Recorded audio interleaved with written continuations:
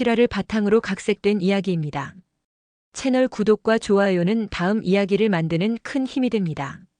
아무 일 없던 그 명절 모든 게 시작됐다. 내 이름은 한지연 33. 결혼 3년 차 5살 아들 하나 키우고 있다. 남편 박태수는 중소기업 과장으로 일하고 나는 프리랜서 디자이너다. 서울 근교의 신축 아파트.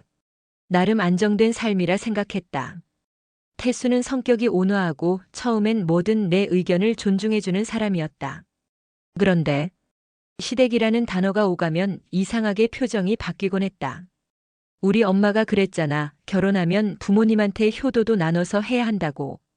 그 말 처음엔 그냥 좋게 들렸는데 지금 생각하면 그게 시작이었다. 추석 이틀 전 시어머니한테 전화가 왔다. 지연아, 이번엔 집에서 하지 말고 우리 집으로 와. 고기도 사놨다. 그 말이 늘 부담이었다. 시댁은 차로 10분 거리. 가까워서 더 자주 가야 하는 분위기였다. 나는 괜히 냉장고 앞에서 김치통을 꺼내며 중얼거렸다. 이번엔 친정도 못 가겠네. 그때 태수가 거실에서 말했다. 엄마가 매번 우리 챙기시잖아. 그 정도는 해야지. 그 말투 은근히 명령 같았다. 우리가 아니라 엄마 쪽으로 기울어진 무게감이 느껴졌다. 시댁에 들어서면 특유의 냄새가 있다. 된장국 냄새에 세제 향이 섞인 오래된 아파트의 공기. 시어머니는 늘 밝은 척하지만 내 눈빛 하나하나를 스캔했다. 지연아, 살 좀 쪘다? 애 보느라 정신없지? 네, 뭐 조금요. 대화는 항상 이랬다. 대답은 짧고 분위기는 묘하게 팽팽했다. 태수는 그런 상황에서 스마트폰만 만졌다. 여보, 좀 도와줘. 하면 잠깐 아빠랑 얘기 중이야. 그 잠깐이 1시간이었다. 그날 저녁 나는 혼자 설거지를 하며 문득 이런 생각이 들었다.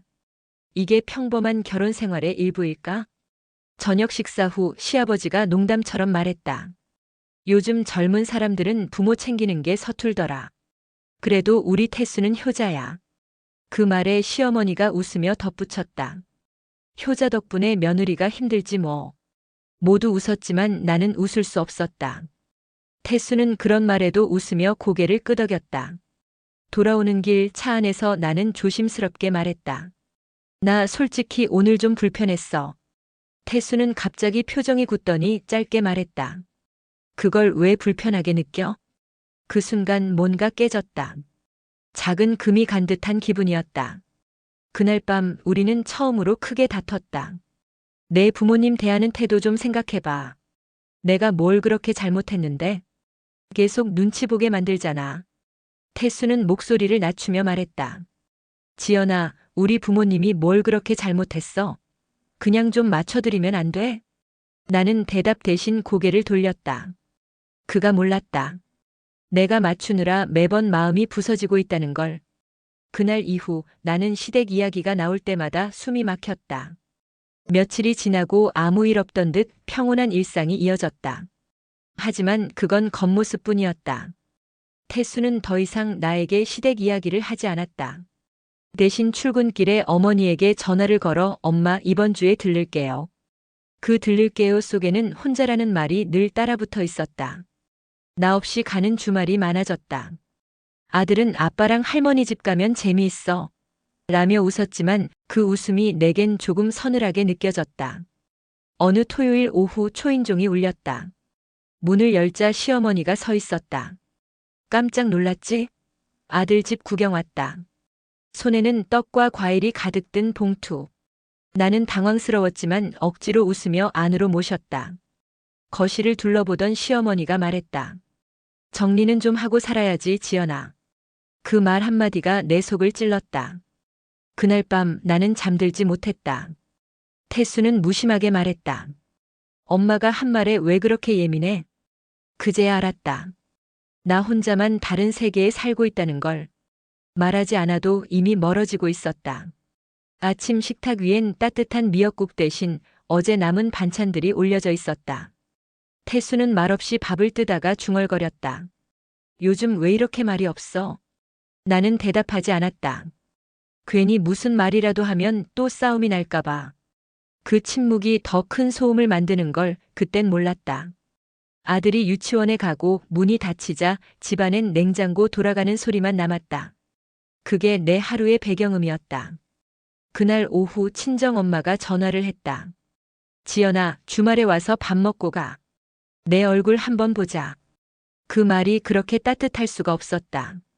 나는 괜히 태수가 요즘 바빠서 하며 머뭇거렸다. 엄마는 짧게 한숨을 쉬었다. 너 요즘 목소리가 좀 힘이 없네. 그 말 한마디에 울컥했다. 엄마의 온기가 내 안의 메마름을 더 선명하게 만들었다. 저녁 무렵 또 전화가 왔다.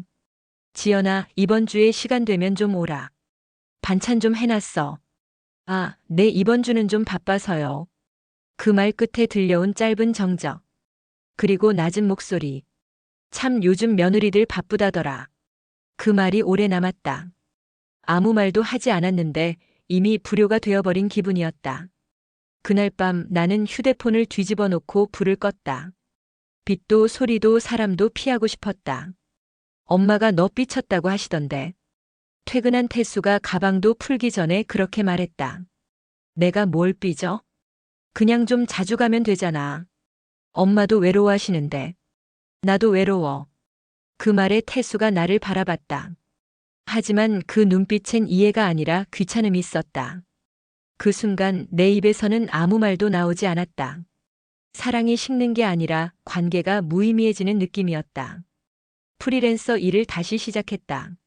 작은 디자인 프로젝트 마감은 빠듯했지만 일하는 게 오히려 숨통이 트였다. 메일을 확인하고 화면에 집중할 때만큼은 현실을 잊을 수 있었다.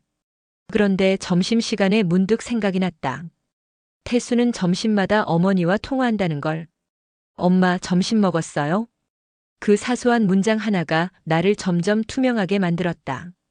나는 아내로서가 아니라 그냥 조용히 집을 지키는 사람이 되어가고 있었다. 하루는 아들이 말했다. 엄마, 할머니 집 가면 아빠 웃어.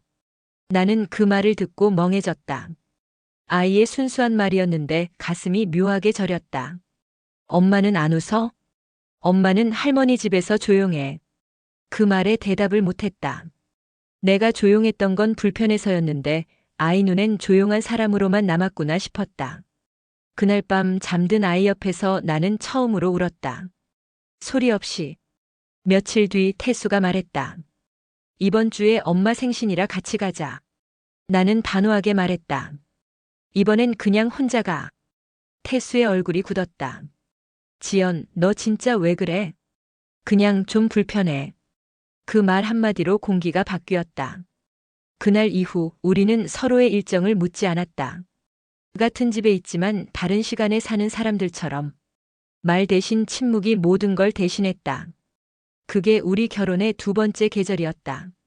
참으면 나아질 줄 알았다. 그런데 집이 먼저 무너졌다. 아침에 택배를 기다리는데 초인종이 울렸다. 문을 열자 시어머니가 서 있었다. 너희 집 비밀번호 바뀌었더라. 태수가 알려줬어. 나는 순간 말이 막혔다. 바꾼 지 이틀밖에 안 된 번호였다. 말이라도 해주셨으면. 가족끼리 뭘. 오늘 반찬 좀 해다 주려고. 주방에 들어가신 시어머니는 냄비를 꺼내고 냉장고를 열고 조리를 시작했다. 프라이팬에 기름이 지글거리자 집안에 익숙한 냄새가 낯설어졌다. 그날 저녁 태수에게 조심스레 말했다. 우리 집 비밀번호 엄마한테 바로 알려준 거야? 태수는 아무렇지 않게 대답했다. 편하잖아.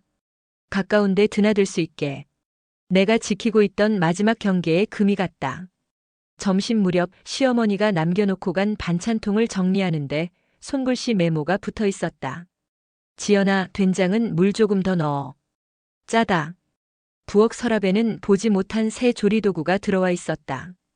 친구 소영에게 전화를 걸어 푸념을 늘어놓았다. 소영은 한 박자 쉬고 말했다. 그 집 주인은 너잖아. 내가 싫다 말해야 해. 고개로는 끄덕였지만 입은 열리지 않았다. 그날 저녁 태수가 집에 와서 냉장고를 열며 말했다. 엄마가 고등어랑 깍두기 두고 가셨대. 먹자. 나는 밥을 푸면서 속으로 셌다. 하나, 둘, 셋, 내 마음이 반찬처럼 점점 짜졌다. 아들을 데리러 유치원 앞에 섰는데 시어머니가 손을 흔들며 다가왔다. 태수가 바쁘다길래 내가 데려가려고 나왔어. 아이 손을 자연스럽게 잡는 모습에 순간 당황했다. 어머니, 오늘은 제가 데려갈게요. 어차피 같은 방향이잖아. 그리고 아이는 할머니랑 있는 게 좋지. 아이 표정은 들떠 있었고 나는 내 자리가 줄어드는 느낌을 지워내지 못했다. 집으로 돌아오는 길 유치원 앞 가로수 잎이 바람에 우수수 떨어졌다. 바닥에 붙은 낙엽처럼 내 존재도 바닥에 붙어버린 것 같았다. 태수 생일이 다가왔다. 간소하게 집에서 하자고 했는데 시어머니에게서 메시지가 왔다. 내가 메인 요리 맡을게. 케이크는 내가 해. 당일 집엔 친척들이 모였고 식탁이 꽉 찼다. 지연이 요리는 손이 약해. 시어머니가 웃음 섞인 목소리로 말했다. 순간 웃음소리가 퍼졌고 나는 아무 말도 못했다. 행사가 끝난 뒤 싱크대에 설거지가 산처럼 쌓였다.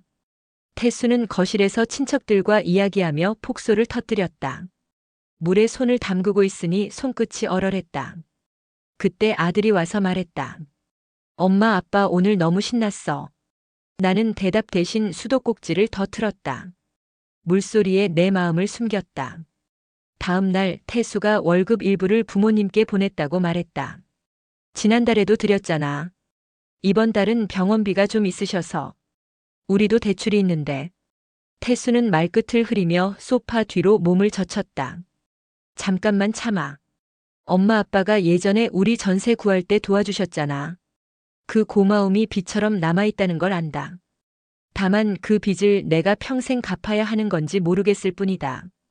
그날 밤 통장을 열어보며 지출 항목을 정리하다가 손이 멈췄다. 내 이름으로 된 통장은 점점 얇아지고 마음도 함께 얇아졌다. 새벽에 갑자기 가슴이 조여오는 느낌에 눈이 번쩍 떠졌다. 숨이 가빠지고 손끝이 저렸다. 동네 내과에 갔더니 의사가 말했다. 특별한 이상은 없어요. 다만 과호흡이나 스트레스성 증상일 수 있어요. 약 봉투를 들고 나오는 길 병원 로비의 소독약 냄새가 유난히 강했다. 문자 메시지가 진동했다.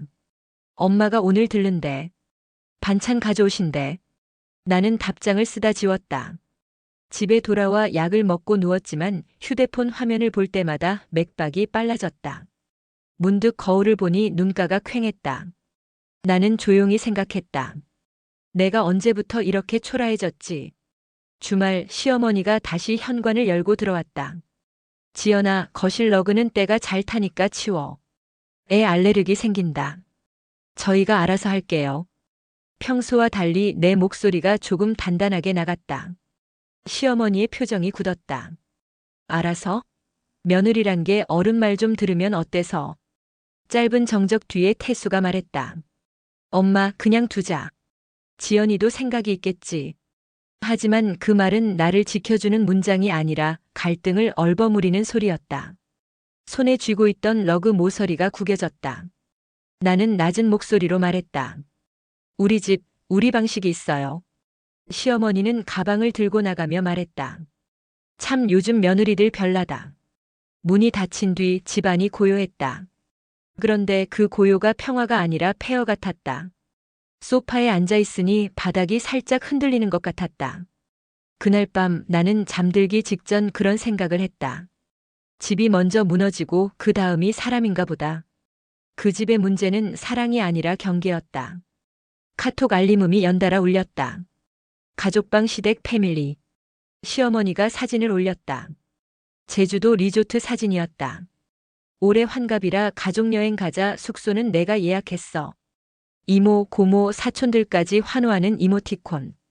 태수가 메시지를 보더니 말했다. 가자. 애도 좋아할 거야. 나는 잠시 망설이다 조용히 말했다. 난 이번엔 빠질게. 순간 채팅창이 조용해졌다. 그리고 시어머니의 마지막 한 줄. 가족여행인데 가족이 빠진다고. 그날 밤 단체방은 아무 말 없이 그대로 닫혔다. 다음 날 시어머니가 전화를 걸어왔다. 지연아, 가족끼리 하는 여행이야. 왜 그렇게 삐딱하게 나와? 어머니, 제가 요즘 일도 있고 그냥 이번엔. 내가 자꾸 빠지니까 사람들이 말하잖아.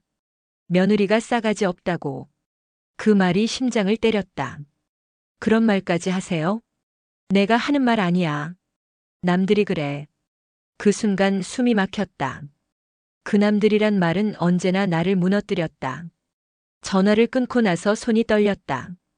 이게 정말 가족의 대화일까 싶었다. 회의 중인데 또 시어머니 번호가 떴다. 잠시 밖으로 나와 받았다. 지연아, 이번 주 반찬은 내가 해줄 테니까 애는 데리고 와. 이번 주엔 괜찮아요, 어머니. 너무 완강하네. 내가 뭐 잘못했어? 사무실 유리문 너머로 팀장이 나를 쳐다봤다. 나는 서둘러 전화를 끊었다. 그때 메시지가 하나 왔다. 태수야, 내 아내는 점점 더 이기적이 돼간다. 발신인 시어머니. 대화창 캡처를 본 순간 손끝이 얼어붙었다.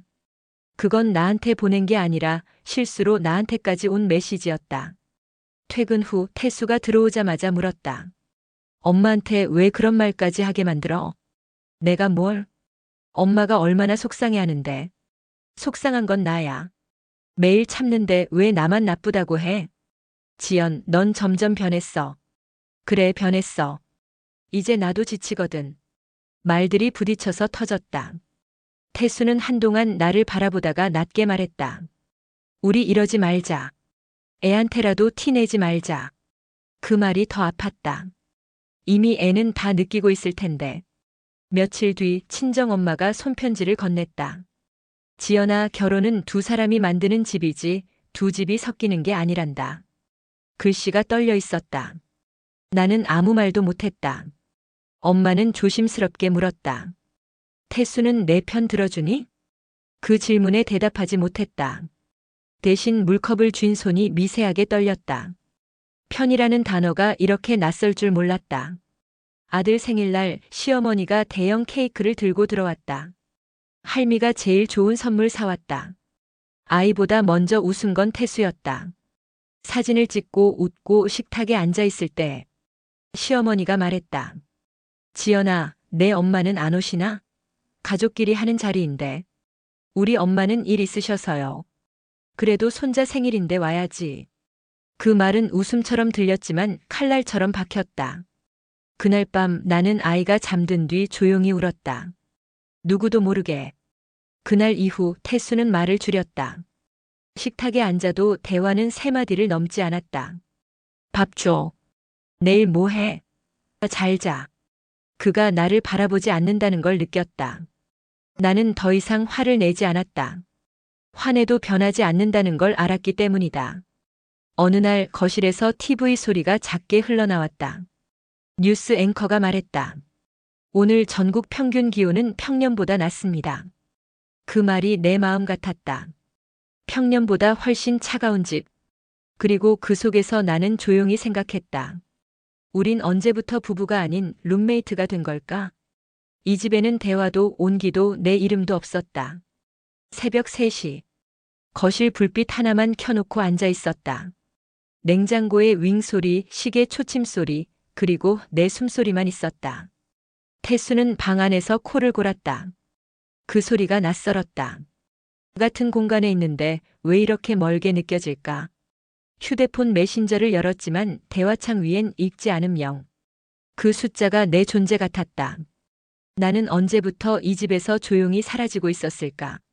일 때문에 외근을 나갔다가 잠깐 카페에 들렀다. 옆자리 여자 2명이 대화하고 있었다. 우리 시어머니는 며느리 일한다고 뭐라 하시더라. 그래도 내 남편은 내 편이잖아. 그 말에 나는 커피잔을 내려놨다. 내 편이라는 단어 참 오랜만에 듣는다. 창밖으로는 겨울비가 내리고 있었다. 사람들은 우산을 펴고 걸어갔지만 나는 계속 그 자리에 앉아 있었다. 비가 내리는 소리가 내 속 울음 같았다. 회사 근처 정신건강센터. 심리상담사 앞에서 나는 오래 입을 열지 못했다. 요즘 어떤 감정이 제일 크세요? 외로움이요.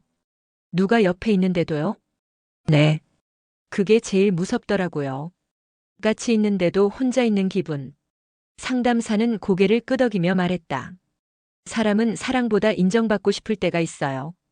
그 말이 오래 남았다. 나는 집으로 돌아오며 생각했다. 나는 사랑이 아니라 존중을 원했던 거였다. 퇴근 후 태수는 말없이 TV를 켰다. 뉴스, 예능, 드라마까지 이어지지만 우리 대화는 없었다. 태수야, 우리 얘기 좀 하자. 지금 피곤해. 매번 피곤하잖아. 그는 눈을 돌리지 않았다. 넌 왜 항상 문제만 찾아? 그 말이 칼날 같았다. 문제를 찾은 게 아니라 그가 모르는 사이 나는 이미 그 문제 속에 살고 있었을 뿐이었다. 밤에 SNS를 켰다. 친구 소영이 남편과 찍은 사진이 올라왔다. 오늘도 함께라서 고마운 하루. 그 문장을 읽는데 마음 한쪽이 텅 비었다. 좋아요 버튼을 누르지도 못했다. 댓글에는 부럽다 사랑꾼 남편이란 말이 달려 있었다.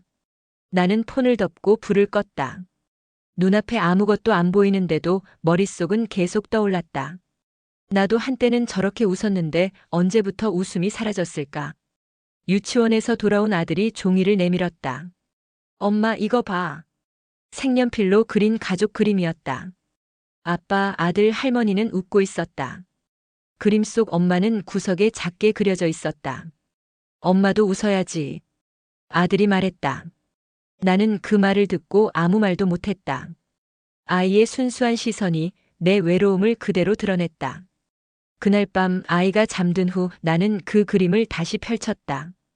작게 그려진 내 얼굴을 손가락으로 따라 그렸다. 그리고 아주 조용히 중얼거렸다. 엄마도 웃고 싶어. 다음 날 태수의 휴대폰 화면에 시어머니와의 대화가 잠깐 보였다.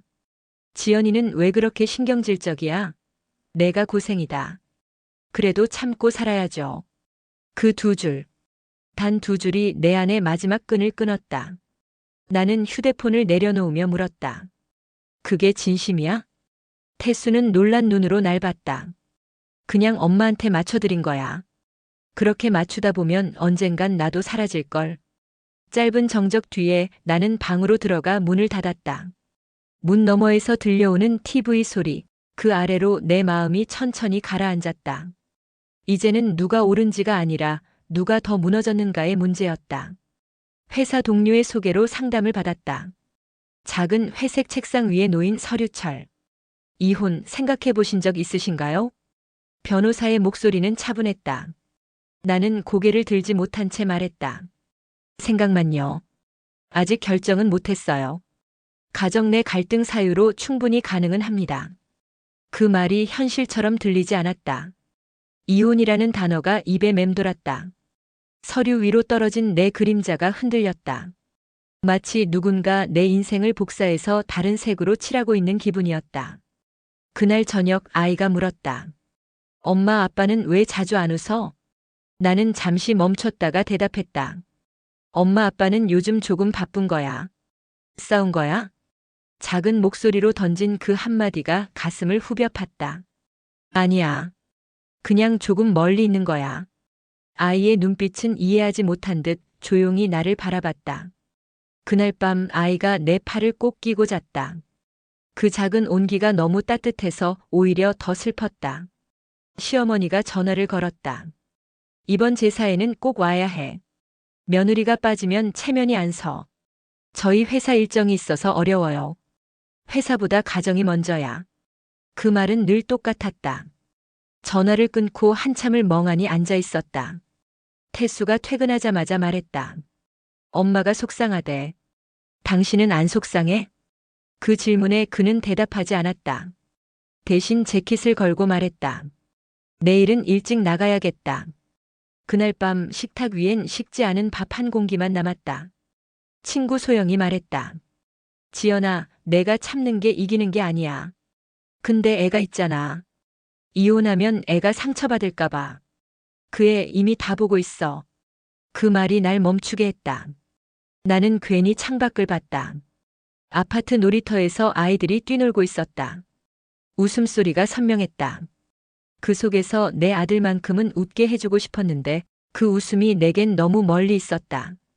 지연 씨, 지난번보다 얼굴이 많이 피곤해 보이세요. 상담사의 말에 나는 웃었다. 결정이 어렵네요.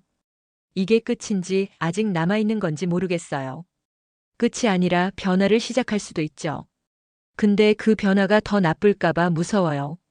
무섭다는 건 아직 희망이 있다는 뜻이에요. 그 말이 묘하게 위로가 됐다. 내가 아직 완전히 포기하지 못했다는 사실이 아이러니하게 나를 조금 살려줬다. 늦은 밤 태수가 술에 취해 들어왔다. 지연아, 나도 힘들다. 그 한마디에 가슴이 순간 흔들렸다. 힘든 건 나만이 아니었나? 그는 의자에 앉으며 말했다. 엄마 사이에 끼어서 미칠 것 같아. 근데 내가 너무 다쳐 있어서. 다친 게 아니라 다치게 만든 거야. 그럼 어떻게 해야 해? 그 질문이 너무 늦게 왔다. 나는 조용히 말했다. 서로의 말을 믿지 않는 순간부터 이미 길을 잃은 거야. 그는 대답하지 않았다. 술 냄새가 방 안을 채웠다. 그 냄새 속에서 나는 오래도록 잠을 이루지 못했다. 새벽 5시 모두 잠든 시간. 나는 거실 불을 켜고 노트를 펼쳤다. 남을 것인가 떠날 것인가. 페이지를 반으로 나눠 장단점을 적기 시작했다. 떠나면 후련할까, 남으면 회복될까. 눈물이 노트 위에 떨어졌다. 그 순간 문득 아이의 얼굴이 떠올랐다. 그 웃음, 그 눈빛, 그 목소리. 나는 펜을 내려놓았다. 지금은 아직 아이가 이유다. 그리고 천천히 노트를 덮었다. 결정은 하지 않았지만 그날 새벽. 나는 내 인생을 처음으로 진지하게 마주했다. 끝내 묻지 못한 말이 아직도 내 안에 남아있다. 며칠째 집안이 조용했다. 태수는 출근 전 커피를 내려줬다. 오늘은 일찍 들어올게. 그 짧은 말에 잠깐 마음이 흔들렸다.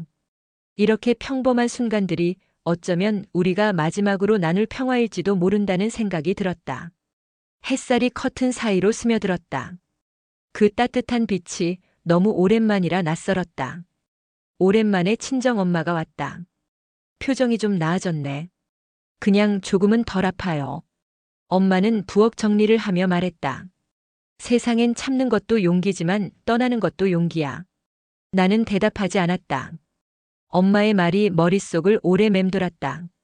그날 밤 엄마가 떠나고 난 뒤 싱크대 위에 놓인 따뜻한 보리차 잔을 한참 바라봤다. 떠난다는 건 정말 용기일까?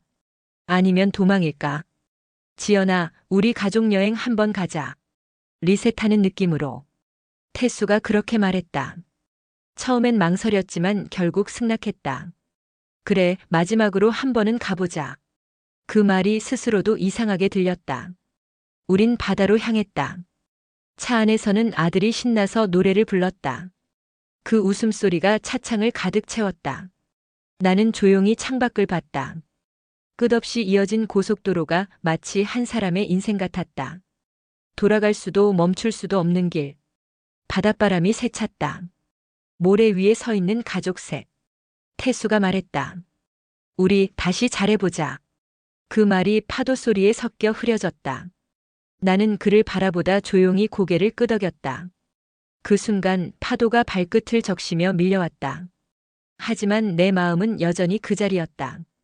지워지지 않는 상처처럼 바다도 바람도 내 안의 균열을 덮지 못했다. 차 안은 조용했다. 아이만 잠들어 있었다.